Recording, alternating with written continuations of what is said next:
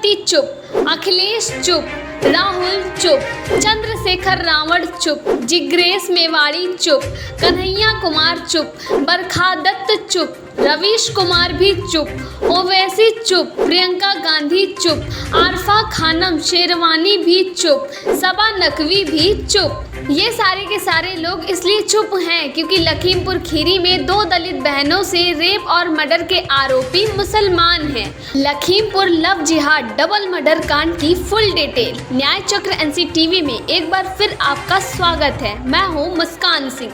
2 दलित बहनों से जुनैद सुहैल, हाफिजुर रहमान, कलीमुद्दीन, आरिफ ने किया गैंग रेप और फिर डबल मर्डर। भीम मीम के चक्कर में हो गया लखीमपुर कांड। बसपा एमएलसी भीमराव अंबेडकर के नेतृत्व में संवेदना व्यक्त करने पहुंचा था। प्रतिनिधि मंडल व विधान परिषद में उठाया मुद्दा। वहीं भाजपा ने कार्रवाई करने का हवाला देकर मामला किया शांत। मगर इतनी बड़ी घटना पर शीर्ष नेता खामोश क्यों, पूछता है न्याय चक्र।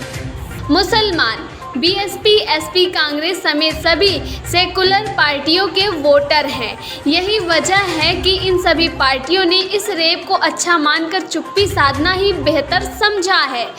लखीमपुर खीरी में जब 2 लड़कियों की लाश पेड़ पर लटकी मिली थी तो इनमें से ज़्यादातर ने ट्वीट कर दिए थे और ये कहा था कि लखीमपुर खीरी में हाथरस जैसा कांड हो गया।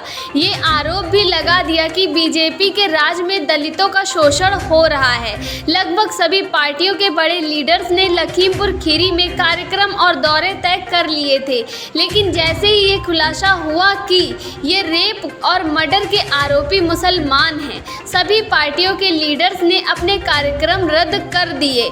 शायद वो मुस्लिम वोट बैंक को नाराज नहीं करना चाहते थे। चंद्रशेखर रावण की भीम आर्मी के समर्थकों ने भी बड़े पैमाने पर विरोध प्रदर्शन का कार्यक्रम तय कर लिया था, लेकिन जैसे ही ये खुलासा हुआ कि रेपिस्ट तो जुनैद सुहैल और हाफिजुर रहमान है, विरोध का कार्यक्रम तुरंत बंद कर दिया गया। सबा नकवी नाम की एक जिहादन आंटी ने ट्विटर पर एनडीटीवी की खबर को रीट्वीट करते हुए लिखा कि दुख की बात है कि एनडीटीवी ने भी दलित बहनों का रेप करने वालों की जाति नहीं लिखी है, लेकिन जैसे ही पता चला कि आरोपी मुसलमान हैं, सबा ने फौरन अपना ट्वीट डिलीट कर दिया।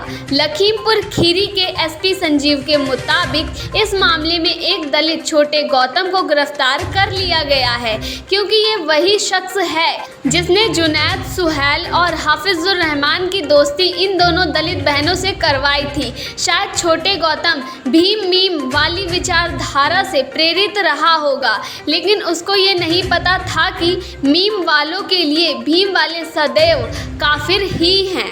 एसपी के मुताबिक जुनैद सुहैल और हाफिजुर रहमान की दोस्ती दोनों दलित बहनों से थी। ये तीनों लड़के 2 बाइक से दलित बहनों के घर आए। जुनैद ने दोनों बहनों को अपनी बाइक पर बिठाया और खेत की तरफ ले गए। दूसरी बाइक पर साहिल और हाफिजुर रहमान थे। जुनैद और साहिल तो पहले से ही दोनों दलित बहनों के दोस्त थे, लेकिन हाफिजुर रहमान ने भी दोनों बहनों का रेप किया। शायद इसी बात से आहत होकर दोनों दलित बहनों ने जुनैद और साहिल से कहा होगा कि वो शादी करें, लेकिन जुनैद और साहिल ने इनकार कर दिया।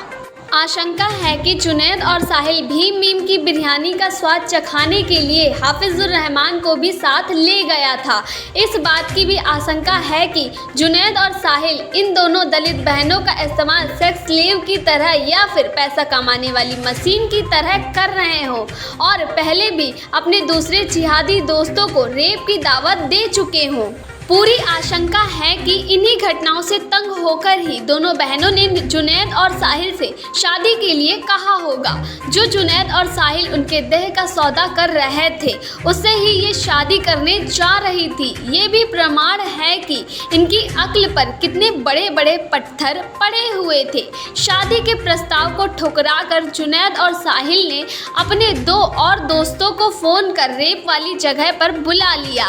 इनका नाम था कलीमुद्दीन और आरिफ। फिर इन 5 मुस्लिम दरिंदों ने मिलकर लड़कियों की चुन्नी से ही गला घोंटकर उनकी हत्या कर और फिर उनको एक पेड़ पर लटका दिया ताकि ये आत्महत्या का मामला लगे।